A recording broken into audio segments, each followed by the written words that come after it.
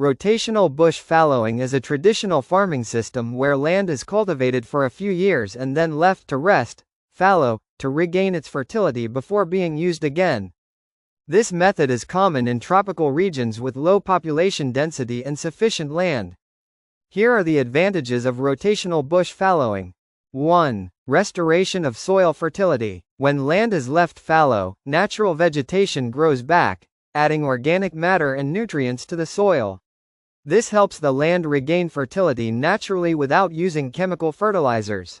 2. Control of soil erosion. During the fallow period, grass and trees cover the soil, reducing surface runoff and preventing soil erosion caused by rainfall or wind. 3. Low cost of production. The system uses simple tools and family labor, so there are no high costs for machinery, fertilizers, or hired workers. It is therefore affordable for small-scale and poor farmers. 4. Reduction of pests and diseases. Allowing land to rest breaks the life cycle of pests and diseases that affect crops. When cultivation resumes, the pest population is usually low. 5. Easy to practice. The method is simple and requires no advanced technology or special skills. It has been passed down through generations and suits local knowledge and conditions. 6. Maintenance of ecological balance. The fallow period allows vegetation and wildlife to regrow and recover, helping maintain biodiversity and natural ecosystems. 7. Sustainable for low population areas.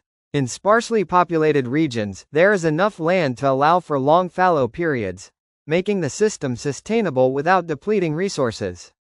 8. Suitable for poor farmers. Because it relies on natural soil fertility and family labor, it is ideal for subsistence farmers who cannot afford modern inputs or irrigation. 9. Provides a variety of crops.